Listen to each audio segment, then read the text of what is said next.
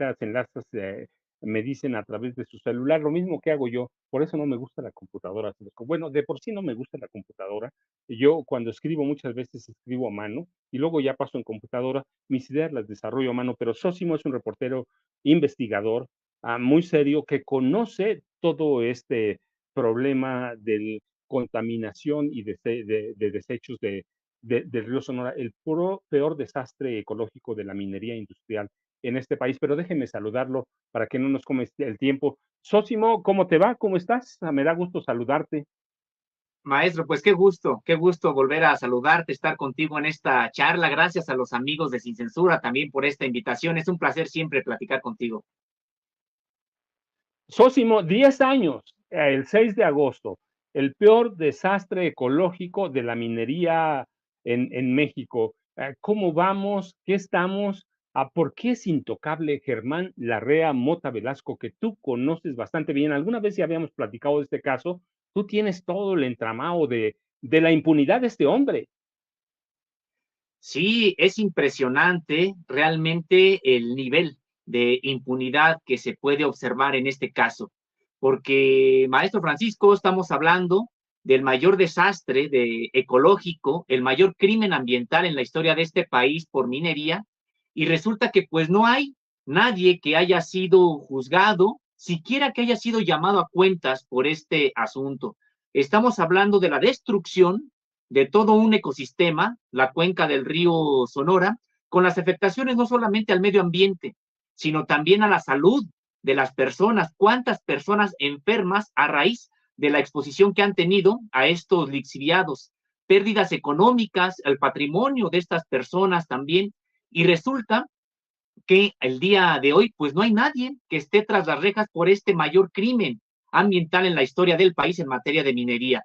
Hay una denuncia penal que interpuso ya la actual administración contra pues empresas de Grupo México y contra quien resultara responsable, porque para sumar a esta indignación, maestro, tendríamos que recordar que durante el sexenio de Enrique Peña Nieto se generaron documentos por parte de la CONAGUA, por parte de COFEPRIS, por parte incluso hasta de la UNAM, para tratar de lavarle la cara a esta empresa, señalar que ya todo estaba remediado, que ya no había ningún problema. Y lo que ahora sabemos con estos estudios científicos realizados ya por la actual Semarnat es que no hubo remediación alguna, que incluso estaba la situación o está la situación ahí en Bacanuchi, en el río Sonora, como si este derrame hubiera ocurrido apenas hace un par de semanas. Es decir, no hay ningún tipo de remediación. Entonces, el agravio, pues es doble. No solamente es el agravio en materia ambiental, este crimen que ocurrió, sino que además esta coalición con funcionarios, esta corrupción de Grupo México con funcionarios, para simular que había una remediación y también pues para incluso señalar que ya hasta habían remediado este asunto. Emisión de documentos falsos, decíamos incluso por la propia Conagua. Y peor aún, que algunos de estos personajes en la propia administración pública, habría que señalar el caso de Alcocer Yamanaka, ya en el actual sexenio, que dio concesiones para agua al propio Grupo México, resulta que hoy es funcionario de esta empresa. Y nada más déjeme decirle, Germán Larrea Mota Velasco no es cualquier persona, tiene más o menos una riqueza de 28,000 millones de dólares. 28,000, claro, en acciones divididas con su mamá, que hasta donde tengo entendido es la segunda o la primera mujer con más dinero en este país cuando se separan las riquezas, pero este hombre va a permanecer impune, está impune. ¿Qué es necesario hacer con personajes como Germán Larrea, Mota Velázquez, Sósimo? Porque tenemos muchos de esos. Pues sí, es que es impresionante la cantidad, perdón que esté colocando ahorita el teléfono aquí un momento, porque también me ha jugado una pequeña mala pasada aquí el propio soporte, pero bueno, ya estamos. Decía, maestro, que en efecto, esta situación con Germán Larrea, pues no es el único caso. Estamos, por ejemplo, hoy enterándonos de granjas Carroll, de minerías, también, por ejemplo, una empresa minera ahí en la Sierra Tarahumara. De manera desafortunada, no es el único caso y tendríamos también, pues, que señalar desde mi punto de vista, maestro, hoy no me pareció muy esperanzadora lo que se comentó en la propia conferencia de prensa matutina con respecto de este caso de Germán Larrea, porque bueno, pues prácticamente se avisa que está en negociaciones, se está en negociaciones con estos personajes para que cumplan precisamente con lo que señala la propia ley. No tendría que haber ningún tipo de negociación para que se cumpla la ley.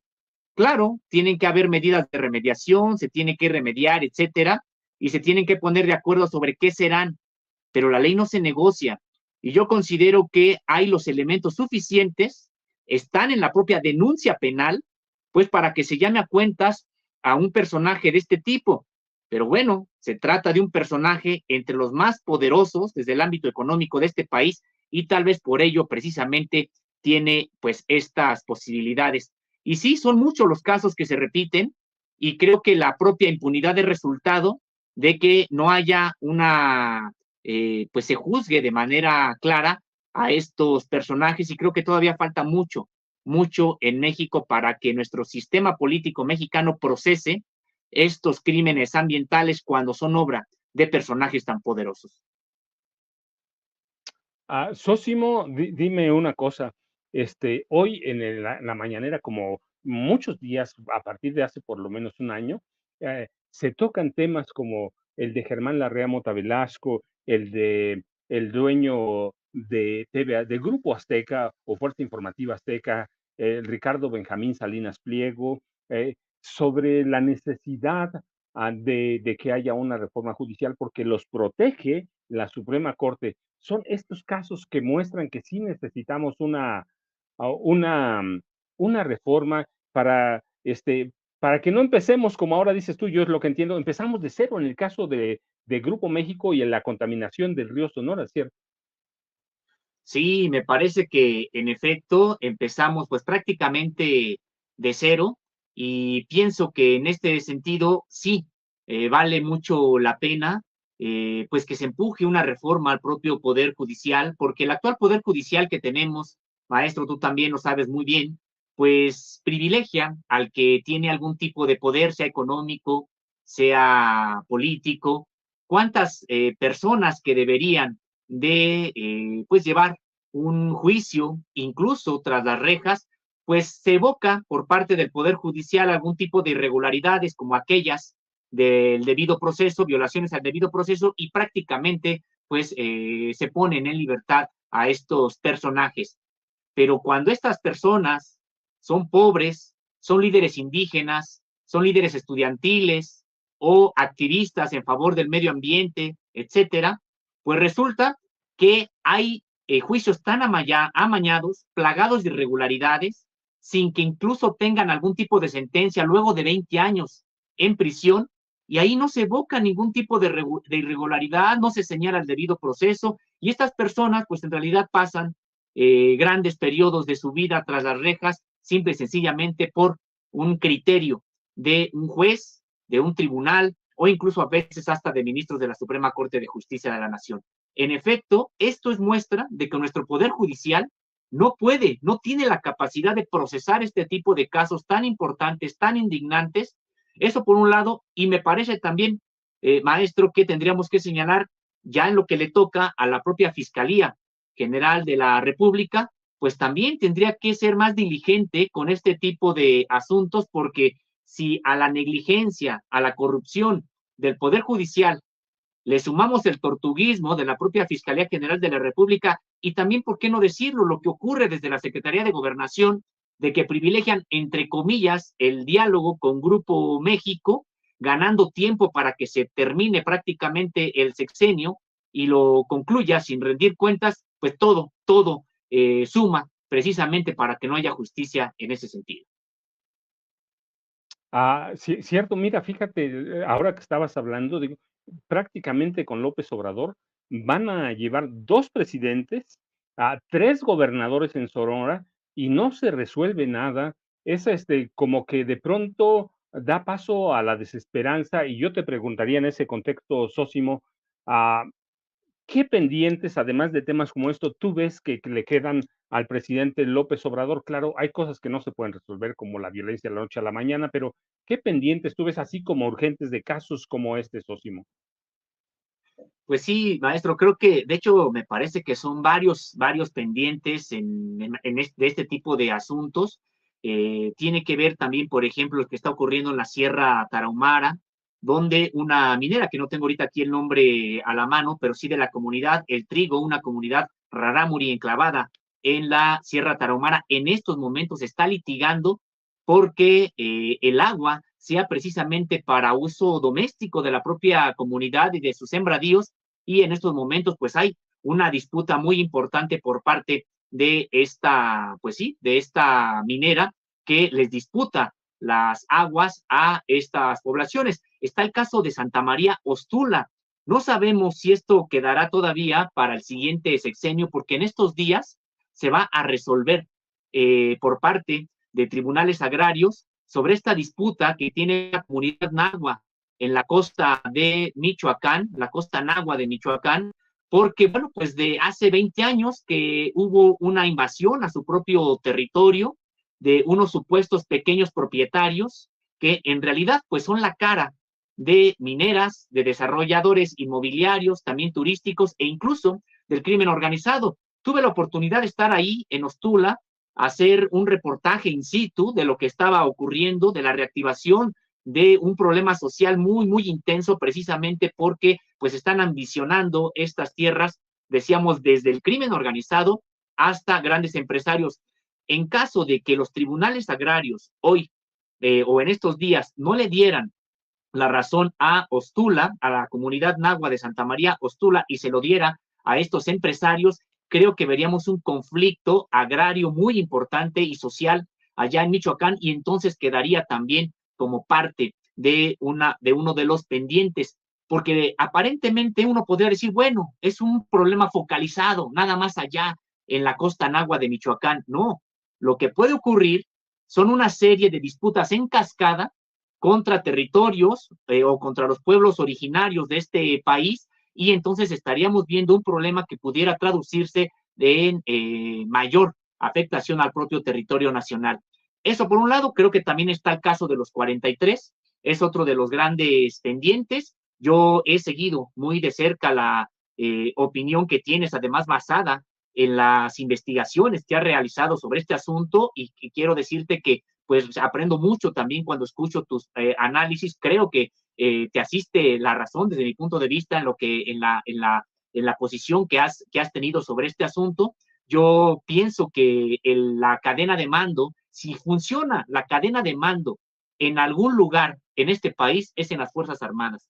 Y a mí me parece que la responsabilidad de la desaparición de los 43 no se reduce a unos cuantos soldados que desobedecieron, sino que aplica aquí la cadena de mando. Creo que hay mandos que estuvieron al pendiente y que supieron lo que ocurrió, y esta responsabilidad alcanza incluso hasta el presidente Enrique Peña Nieto. Creo que son las propias, o desde mi punto de vista, los mayores pendientes de la actual administración. Esto sin, por supuesto, regatear los avances que en ambos casos ha habido en materia del asunto de Grupo México. Pues fue esta administración la que interpuso esta denuncia de carácter penal en contra de Grupo México. Ojalá se siguiera, pero también habría que señalarlo, al interior de la actual administración, no todos los secretarios jalan hacia el mismo rumbo. Hay disputas internas que a veces se reflejan en medios de comunicación, y a mí me parece que una de las disputas al interior del gabinete de Andrés Manuel López Obrador está, por ejemplo, en el caso de los 43, y también está en el caso de hacer rendir cuentas a Grupo México. Déjeme decirle lo que dice Sósimo. Sí, yo sostengo, porque además tengo un libro y tengo los documentos, que el ejército sí participó y sabía en de la desaparición de los 43. Yo hay cosas que siempre voy a admirar del presidente López Obrador, porque llegó a cambiar la política y la forma de hacer política en este país, pero creo que hay cosas que también escapan de él. Y en este caso, yo insisto, sí, el ejército participó hasta por omisión, pero con nombres y apellidos, porque en el libro, en La guerra que nos ocultan, publico nombres y apellidos de soldados, de oficiales que conocieron desde primera hora a lo que pasaba en Iguala el 26 de septiembre de 2000 de 2014. Y también, y una cosa que sostengo, porque además lo tengo bien documentada, fíjese, desde 1982, por voz de mi padre, que era parte del mando de la policía, en 82 el ejército tomó control de todos los sistemas de radiocomunicación de todas las policías del país. No hay un sistema de radiocomunicación policial que no sea controlado por el ejército. Hasta las claves las da el ejército, son las mismas, ellos los controlan y el C4 que está integrado a eso, todos los C4, ahora ya vamos a tener hasta C6, por ejemplo, en Chihuahua, todos los centros de inteligencia, comunicación, lo que signifique todo el C, que es un sistema de espionaje, va en vivo, los controla el ejército. Nunca un civil, policía, lo que sea, funcionario de gobierno, va a estar arriba de un militar. Y el 26 de septiembre el ejército tenía control del C4 en la ciudad de Iguala, pero esa es mi posición, así que siempre la voy a decir, voy a defender mi libro, porque además tengo los documentos, yo lo he comentado, tengo un expediente, el primero, sin testar, es decir, sin censura, que salió sobre el caso Ayotzinapa, pero aquí tenemos a Sósimo, que siempre me va a dar mucho gusto y nos come el tiempo. Sósimo, ¿qué esperas tú de Claudia Sheinbaum Pardo a partir del 1 de octubre? Tú eres un estudioso, has seguido todo. ¿Qué podemos esperar de Claudia a partir del día que tome posesión? Pues maestro, bueno, ella ha insistido en que habrá continuidad, ha dicho en distintos momentos que no habrá vuelta en U. El día de ayer, en esta conferencia que dio, luego de la reunión con gobernadores del sureste, pues incluso señalaba que hasta integrantes del actual gabinete estarían también en el siguiente, porque son parte del mismo movimiento. Pienso que habrá continuidad en muchos aspectos. Sin embargo, a mí me ha causado varias dudas algunos de los nombramientos que ha tenido, de manera muy marcada el caso de la SADER, por ejemplo, es decir, en el sentido de que pudiera estarse privilegiando una visión que ya estaba en disputa al interior del actual gobierno sobre, por ejemplo, la visión del propio campo mexicano, sobre si le tenemos que apostar a las comunidades campesinas, agrarias, para alimentar a este país, o se le va a apostar a las transnacionales, con lo que todo esto significa, es decir, glifosato, es decir, transgénicos. A mí me parece que hay una definición que todavía está pendiente para con respecto del próximo sexenio ahí. Esto va concatenado, por ejemplo, con qué tipo de política de agua es la que habrá en esta nación. No se ha podido durante la actual administración que se apruebe la nueva ley de aguas en México para que pues estuviera con claridad establecido que las comunidades, que las colonias populares, que el pueblo en términos generales es el que tiene el principal derecho para el uso del agua, la no privatización de este recurso hídrico que pues ya lo vemos frotándose las manos, no solamente en México, sino en muchas partes del mundo, estos grandes consorcios de los alimentos, ahora que también disputan el agua. Entonces, creo que todavía hay definiciones que tiene que hacer, en este caso, Claudia Sheinbaum, porque, pues, en efecto, a mí me han preocupado precisamente algunas de los titubeos que yo considero se han podido ver en estos aspectos. Creo que en otros, ella ha dicho de manera muy clara, seguirá la continuidad, habrá continuidad con lo hecho por el presidente López Obrador. Sósimo, como siempre, cuando platico contigo, ya se nos acabó el tiempo, nos comió el tiempo, pero sí, me da mucho gusto, así que antes de que te despidas, te dejo un abrazote. Tenemos un desayuno pendiente o algo por el estilo, creo que ahora sí podemos arreglarlo uno de estos días. Así es. ¿A dónde te buscamos? ¿A dónde te encontramos? Por favor, síganlo, de veras, Sósimo es un reportero de investigación hace mucho tiempo y es un reportero, es un periodista de análisis de investigación, pero es un reportero de campo, que es a donde se aprende y se da a conocer por lo menos lo que yo considero la verdad. ¿A dónde te buscamos? ¿A dónde te encontramos, Osimo? Y de veras que te dejo un abrazo. Pues muchas gracias, gracias maestro. Pues de momento me encuentran en redes sociales, me encuentran como Sósimo Camacho, tanto en Twitter como como en X, como en Facebook. Además, bueno, pues estoy también haciendo ya colaboraciones para algunos medios de comunicación. Me encuentran también en Luces del Siglo, en este diario que tiene una importante trayectoria allá en el sureste mexicano, pero que también tiene ya presencia acá en la Ciudad de México. Estaré en Luces del Siglo también. Empezaré a hacer colaboraciones en la revista Fortuna, Negocios y Finanzas, y bueno, pues estoy ahí también con la posibilidad de que ya les estaré anunciando otros espacios donde lo podrán encontrar. Sósimo, pues yo me quedo, muchas gracias, de veras, así que ya nos ponemos de acuerdo para ir a desayunar, y ya se va, pero yo me quedo con